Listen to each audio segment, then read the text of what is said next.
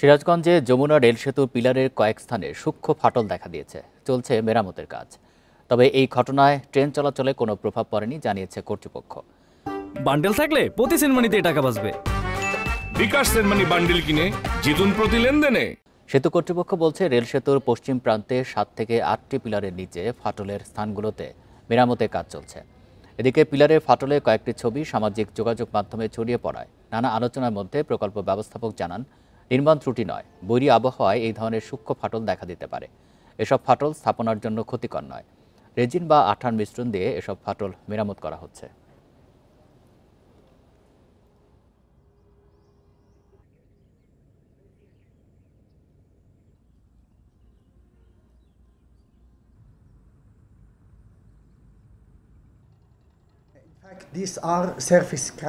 প্রচণ্ড গরম বা বৈরী আবহাওয়ার কারণে সেতুর নিচে 0.1 থেকে 3 মিলিমিটার পর্যন্ত ক্ষুদ্র আকৃতির ফাঁকা সৃষ্টি হয়েছে, যা মোটেও সেতুর কংক্রিটের অবকাঠামো বা স্থাপনার জন্য ক্ষতিকর নয়।